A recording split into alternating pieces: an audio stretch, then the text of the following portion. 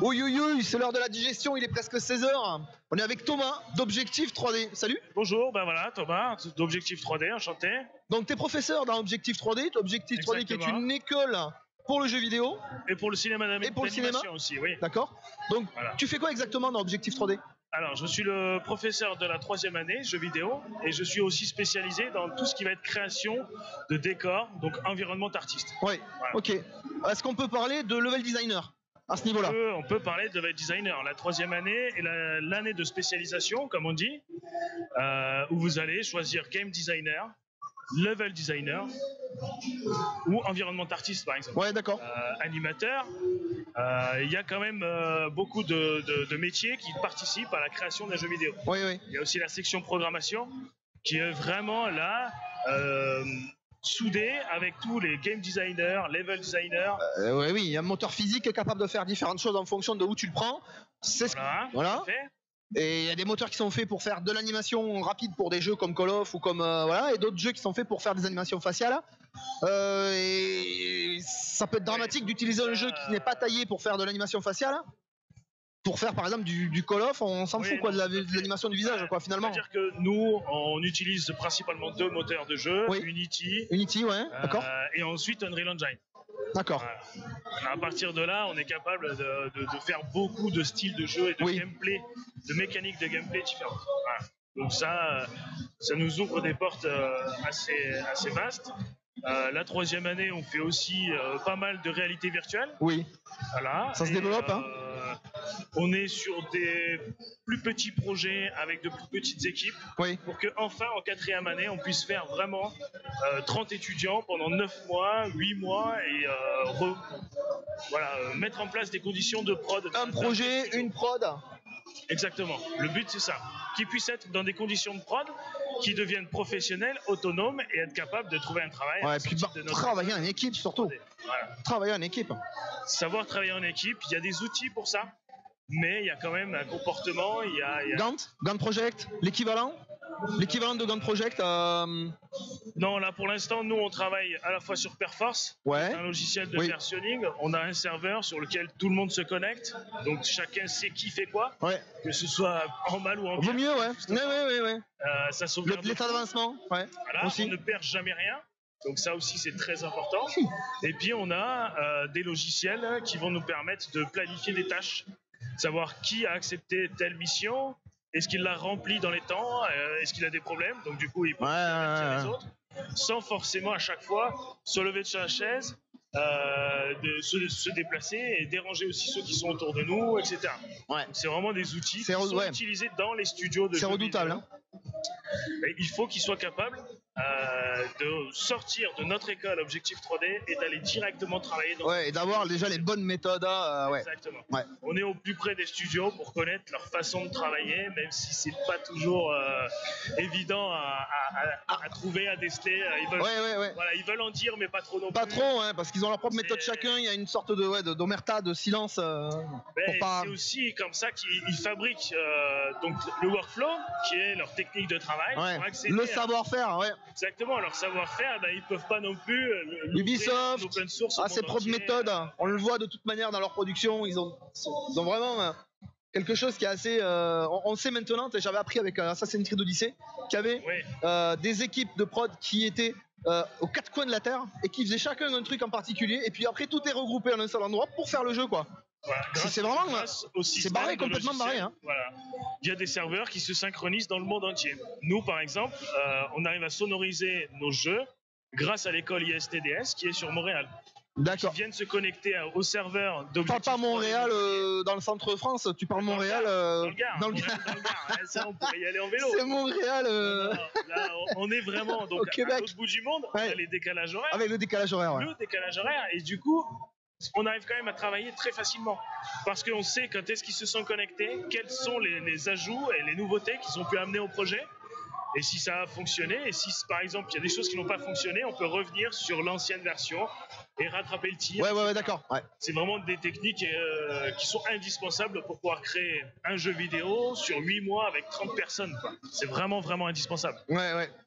Alors la question c'est, donc il y a beaucoup de débouchés finalement, de la scénarisation jusqu'au script en passant par les premières modélisations, les études, les dessins en ref, j'imagine avant. Oui, la pré-prod. Voilà, la pré-prod, tout ce qui est pré-prod comme dans un film. Hein. On est vraiment dans de l'écriture comme dans un film. Les jeux sont de plus en plus scénarisés. Hein. Voilà. Ça devient donc on a la scénarisation, l'écriture, le script, les premiers tests visuels en ref, le passage en 3D, les versions alpha, les animatics. Le prototypage. Voilà, on a des prototypes. Une idée de gameplay sur papier peut vraiment être super fun, super intéressante. Par contre, une fois que c'est sur le prototype, ça peut perdre son charme. Ou au contraire, on peut justement le réorienter pour se dire ce serait plus intéressant d'une autre façon.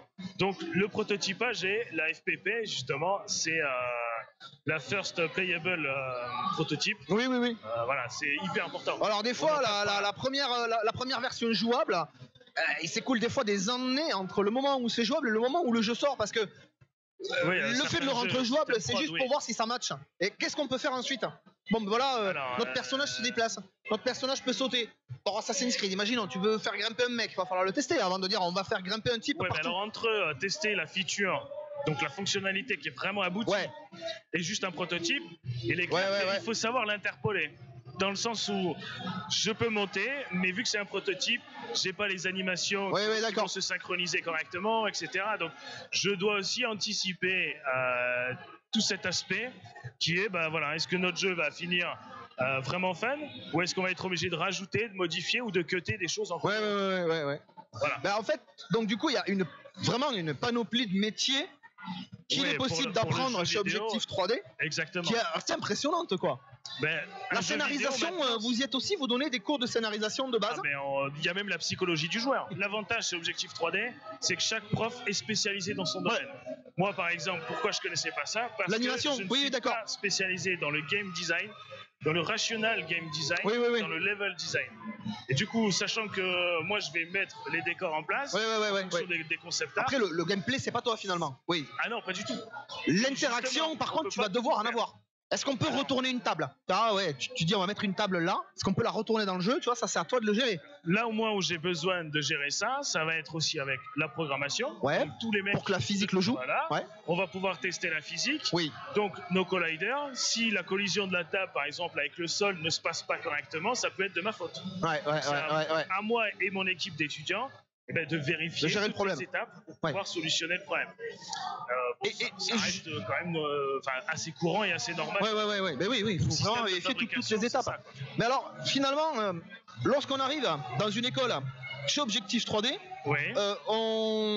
les élèves arrivent avec une idée de ce qu'ils veulent faire, ou bien vous avez une période de peut-être une semaine ou 15 jours où c'est que vous allez présenter un petit peu tous les panels. Plus qu'une semaine. Pour voir qui est bon en quoi ou qui va avoir des affinités en quoi. Alors, on a plusieurs profils qui arrivent à l'école. Pour ce qui est proposé. Nous, déjà, on va leur proposer une première année qui est le tronc commun. À partir de là, ils vont faire de l'histoire de l'art, du dessin, des proportions, l'anatomie, etc. Et toutes les bases de la 3D. Principalement. Et à partir de la deuxième année, là, eux vont déjà savoir un petit peu plus. Parce qu'ils vont aussi aller voir ce qui se passe dans les sections cinéma d'animation, dans la section jeux vidéo, les plus anciens, etc. Il faut qu'ils communiquent entre eux. Donc à la fin de la première année, ils vont pouvoir décider soit je fais le jeu vidéo, soit je fais le cinéma. La deuxième année, c'est vraiment là où on va découvrir tous les métiers de chaque domaine qui vous permettront de vous spécialiser dans la troisième et quatrième année. D'accord, excellent. Par exemple, jeux vidéo, parce que là, je suis moi de la section jeux vidéo. Nous avons le game designer, le level designer. Donc, game designer, c'est lui qui va inventer les règles du jeu. Pour faire très court. Le level designer, c'est celui qui va créer les niveaux. Comment atterrir ou atteindre l'objectif, mais avec des formes géométriques suffisamment simples pour aller assez vite, réitérer très rapidement. Entre-temps, il y a des features qui sont en train d'être prototypées par les programmeurs et qui sont implémentées dans le moteur au fur et à mesure. Donc lui, tous les jours, il va checker le serveur et il va regarder quelles sont les différentes fonctions sur lesquelles il peut amener du gameplay. Et là, moi, après, j'interviens. C'est-à-dire que j'ai des concept artistes qui vont poser l'ambiance, qui vont poser les personnages, poser les décors, mais sur des superficies assez restreintes. Oui, oui, d'accord. Moi, par exemple, j'ai 20 mètres carrés. C'est des tests. Et Ouais, voilà. je dois apprendre à mes étudiants, sur ces 20 mètres carrés de concept art, à décortiquer vraiment les codes graphiques pour les transcrire sur une map entière de 300 mètres. Ouais. Voilà. Et donc, on le fait petit à petit avec des projets étape par étape.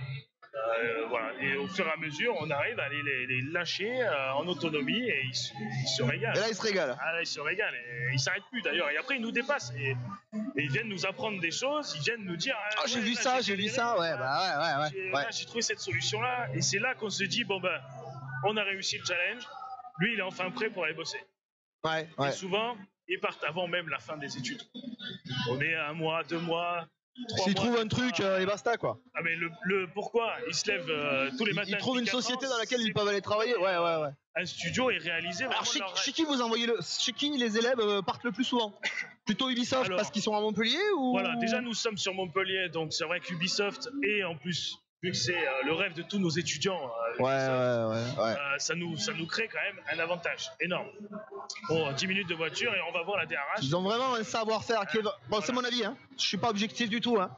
Mais pour moi, ils ont un savoir-faire qui est vraiment énorme. Là, depuis les 5 dernières années, ils ont réussi à sortir des open world, des semi-open world ou des trucs qui sont vraiment délirants. Donc ouais, ça peut faire rêver. Mais la réalité, c'est que c'est pas un rêve, c'est que finalement, il faut beaucoup de travail pour arriver à ça.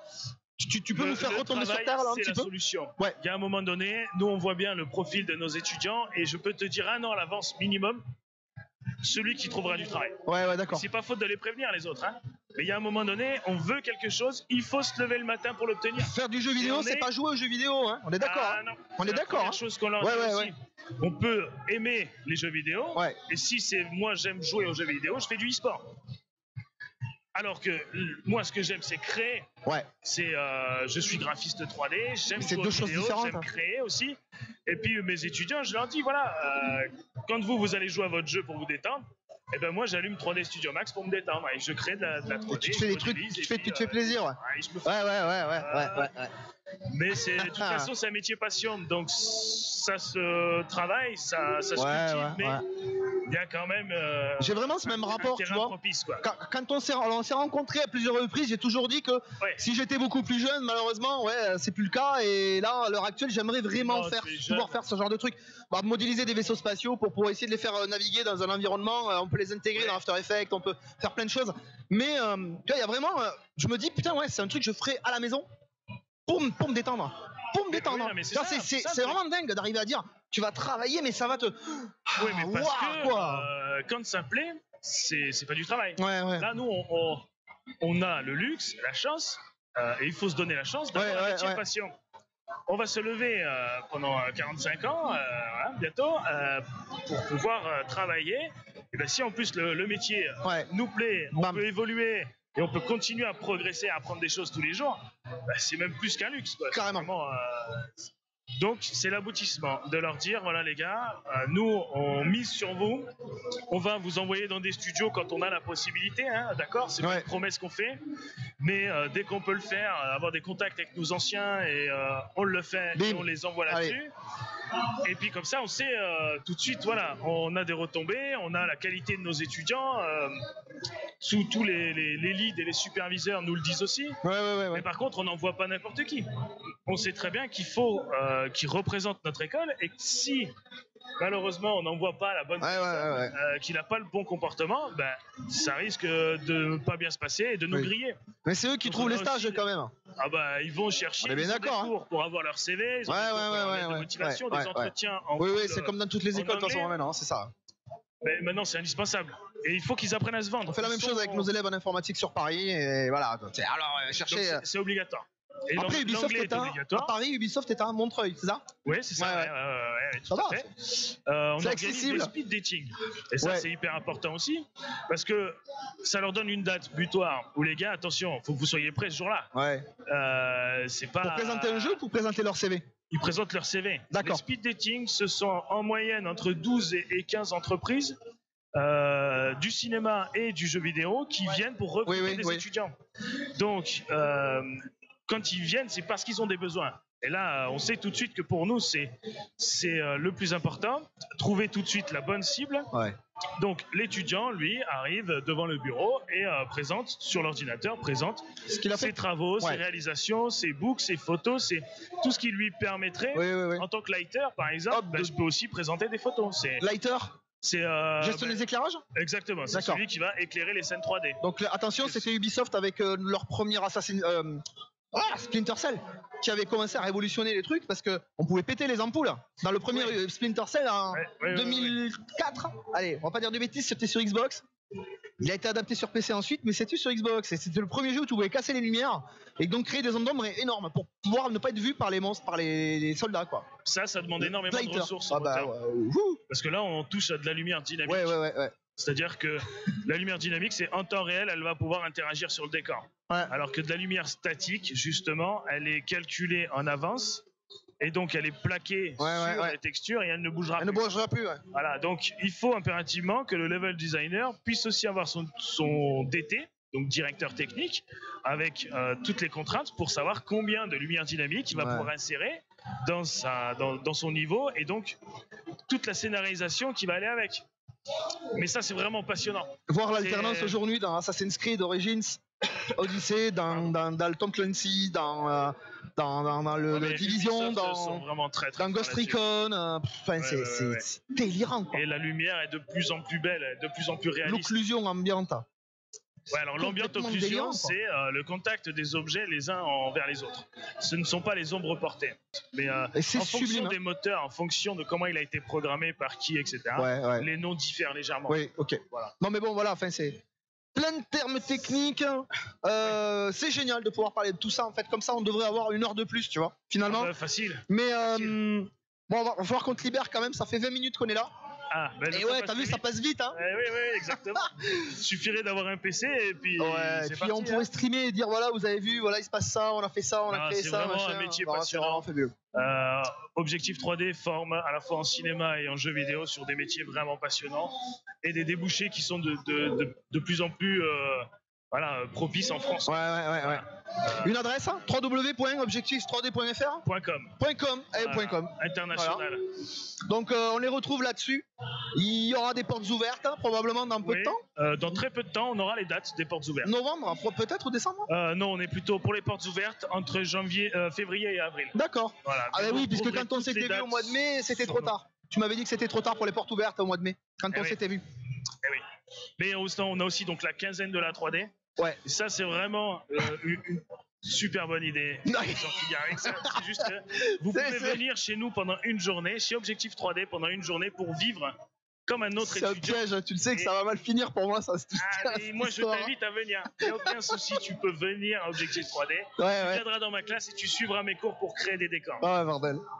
Ça pourrait être bon, ça pourrait être génial. Contact objectif3d.com, la zone contact. Sur Facebook, sur Instagram, on est partout. Ouais, fabuleux. Si tu veux nous trouver, tu nous trouveras. Ouais. On va vous inviter tous à nous retrouver, à retrouver Objectif 3D sur Facebook, Instagram et sur le net de toute façon, .com. Oui, voilà, c'est ça. Et même sur itch.io où nous avons nos jeux en téléchargement gratuit. Ouais. Alors c'est lequel, c'est Fusion. Alors nous avons Fusion et Chromatic Shift, qui est un jeu en réalité virtuelle. D'accord, c'est celui qui tourne en bas là-bas. D'accord. Ouais, les deux sont disponibles là sur Pau exceptionnellement. Sur Pau Anime Game Show. Exceptionnellement aujourd'hui et demain sur Pau. Et sinon, Fusion est disponible au téléchargement, donc renseignez-vous sur leur page. C'est vraiment un excellent jeu en coopération qui joue à deux. C'est ça. Qu'on a eu la chance de pouvoir, auquel on a eu la chance de pouvoir jouer. Qu'on a fini avec madame. Voilà, donc c'était vraiment fabuleux.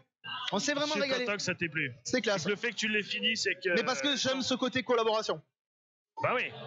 Vraiment, le côté collaboration de jeux vidéo, je trouve que c'est l'avenir pour moi. Enfin, ça l'est déjà, mais. Oui, mais les game designers ont souhaité aussi faire du LAN, c'est-à-dire qu'on a un PC à côté d'un PC physiquement. C'est génial ça. On a un câble réseau entre les deux et on discuter avec les gens. On revit ce qu'on vivait nous étant jeunes. J'ai toujours sur Starcraft, mais sur on prenait notre PC et puis on allait chez les copains. Et ben là c'est ça, c'est le même principe. Donc on est en coopération et côte à côte. Ouais, mais c'était vraiment une très belle expérience. Je vous le recommande chaudement, vivement. On te remercie du temps que tu nous as accordé et on se dit à très très vite pour de nouvelles aventures alors. Allez, à très vite. Merci à toi. Merci. Ciao. Au revoir. Ciao, à la prochaine fois.